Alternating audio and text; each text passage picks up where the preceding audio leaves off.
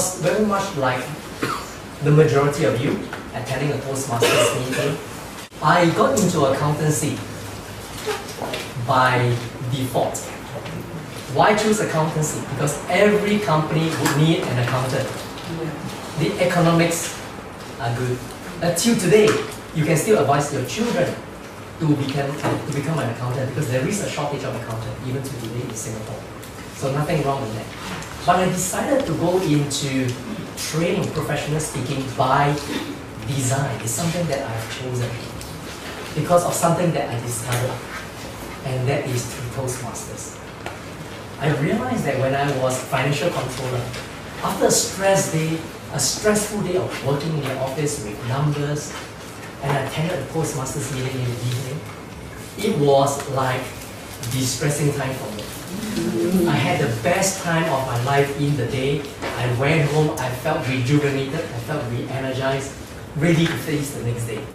And that tells me that perhaps I'm onto something. Perhaps there is something there in Toastmasters for me that I could develop further. So that's how I got started. And I decided to repurpose my education and my training as an accountant, as a financial controller. And what I did was that I brought my passion into a business. And that's the business of speaking.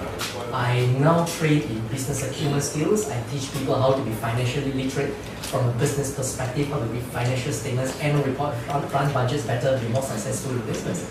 All tapping into my experience and marrying that with my Toastmasters skills. So that's what I do today. Now, Mark Twain says this. He says that there are two most important dates of your life. The first is the date when you're born. The second is when you found out the reason why you were born. And through my self-selected profession in public speaking, in professional training, I found my purpose and calling in life. Now imagine this. At 5 p.m. in the evening, people will come up to me and say, James, thank you so much for sharing. I really learned a lot from you. Really appreciate it. Thank you for making a difference, because I never realized that I have the confidence to do this.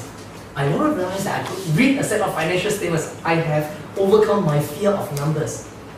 Now, how would you feel if every day people will come up to you, not just one person, but many people, and not just one day, but every day of your life, at the end of a hard day's work, they come and appreciate you. How many of you would think that is a pretty good way to live your life?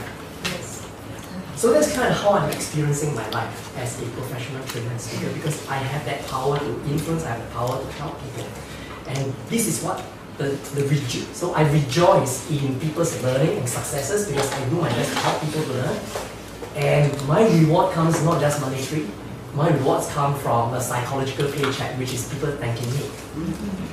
And what was also interesting was that about a year ago, I was just having dinner with my family at somewhere in Changi, the Settlements Cafe. I was just waiting for my turn to be seated, and this gentleman walked past me and had a look at me, and he looked really, really familiar. I looked at him, I sort of remember his name, but he remembered mine first, and he said to me, James. I said, yes, where did we meet? You look very familiar. And he said that, I attended your public speaking skills workshop at my company, Honeywell, and I engaged you as a trainer. And that was 10 years ago. 10 years ago, he remembered my name. I said, oh my God, you have a great memory. He said, you are memorable. I take that he mean it in the positive way. And what was really so interesting was after that incident, that was about a year ago, I told you, and shortly, about a month back this year, when I was at DBS Bank, and that's where I met Sam. I trained Sam, my coach Sam in public speaking. While waiting for the class to begin, I was waiting at the table for the doors to be open so I can be in the training room.